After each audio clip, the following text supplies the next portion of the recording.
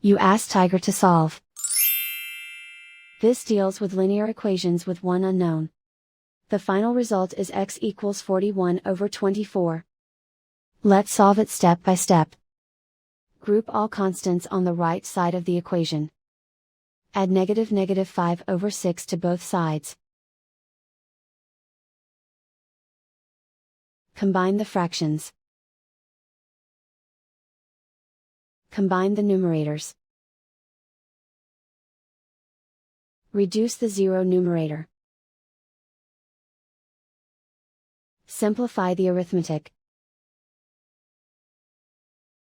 Find the lowest common denominator.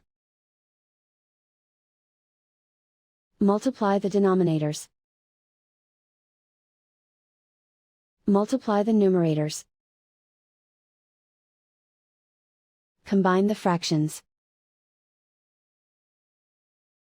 Combine the numerators. And so the final result is x equals 41 over 24.